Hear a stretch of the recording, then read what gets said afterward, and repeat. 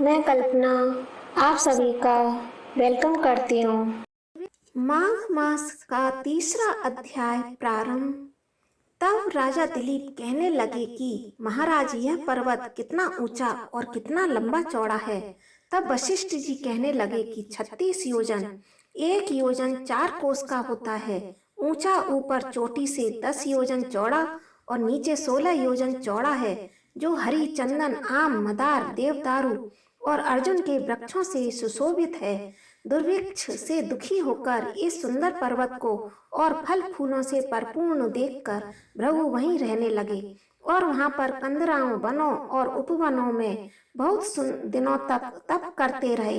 इस प्रकार जब भृगु ऋषि वहां पर अपने आश्रम पर रहे थे तो एक विद्याधर अपनी पत्नी सहित उतरा।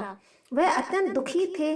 उन्होंने भृगु ऋषि को प्रणाम किया और ऋषि ने बड़े मीठे स्वर में उनसे कहा, हे विद्याधर, तुम बड़े दुखी दिखाई देते हो, इसका क्या कारण है? तब विद्याधर कहने लगा कि महाराज, पुण्य के फल को पाकर, स्वर्ग पाकर तथा देवतुल्य शरीर पाकर भी मेरा मुख व्याघ्र जैसा है। यही कारण है कि मैं दुख और अशांति से हूँ। न जाने किस पाप का फल है।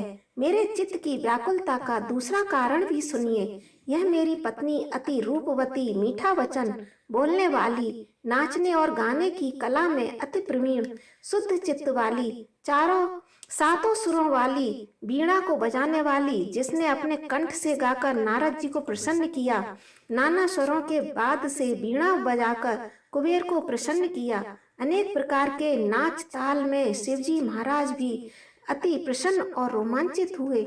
शील, उदारता, रूप तथा यौवन में स्वर्ग की कोई अप्सरा भी इस जैसी नहीं है। कहाँ ऐसी चंद्रमुखी स्त्री और कहाँ मैं व्याघ्र मुख वाला, यही चिंता सदैव मेरे हृदय को जलाती है। विद्याधर के ऐसे वचन सुनकर तीनों लोकों की, भूत, भविष्य और वर्तमान की बात जानने वाले, दिव्य दृष्टि वाले ऋषि कहने लगे, हे विद्याधर, कर्म के विचित्र फल प्राप्त हो जाते हैं। मक्खी के पैर जितना विष भी प्राण लेने वाला हो जाता है। छोटे छोटे पापों का फल भी अत्यंत दुखदायी हो जाता है। तुमने माघ मास की एकादशी का व्रत करके द्वादशी के आने तक शरीर में तेल लगाया, इसी पाप कर्म से व्याघ्र हुए।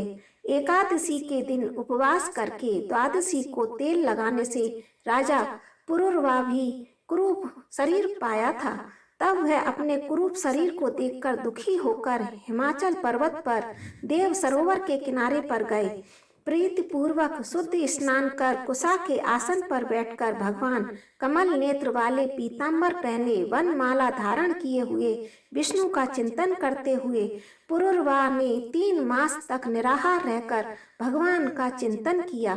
इस प्रकार 7 जन्मों में प्रसन्न होने वाले भगवान राजा के 3 महीने के तप से ही अत्यंत प्रसन्न हो गए और माघ की शुक्ल पक्ष की एकादशी को प्रसन्न होकर भगवान ने अपने शंख के जल से राजा को पवित्र किया। भगवान ने उसके तेल लगाने की बात याद दिलाकर सुंदर देवताओं का सा रूप दिया, जिसको देखकर उर्वशी भी उसको चाहने लगी और राजा सुकृत्य होकर अपनी पुरी को चला गया।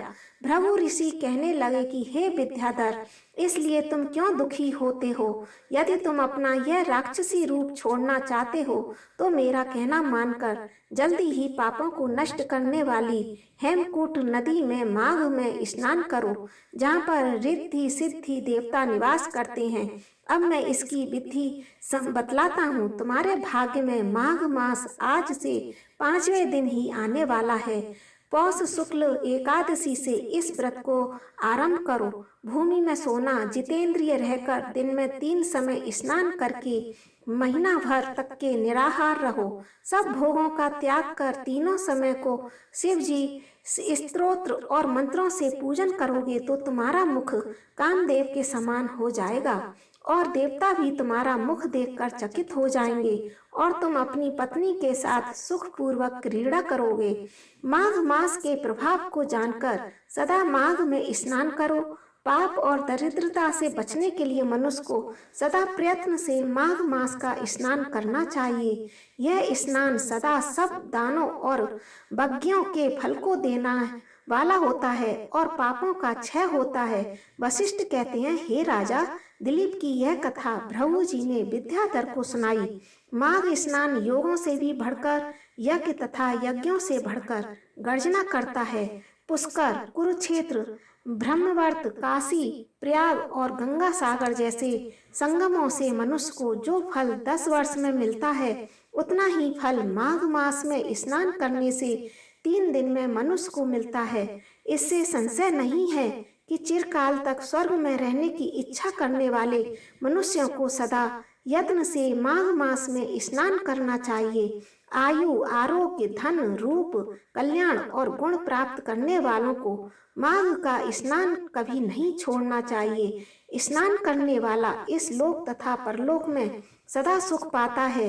वशिष्ठ जी कहते हैं, हे दिलीप, भृगु जी के यह वचन सुनकर विद्याधर अपनी स्त्री सहित उसी स्थान पर पर्वत के झरने में माघ मास के स्नान को करता है और उसके प्रभाव से उसका मुख देव सदृश हो जाता है। वह पाणिग्रीव पर्वत पर आनंद से रहने लगे और भृगु जी भी नियम की समाप्ति पर शिष्यों सहित इवा नदी के तट पर आ गए। इस प्रकार से यह तीसरा अध्याय माघ मास का समाप्त होता है। जय श्री कृष्ण। राधे राधे।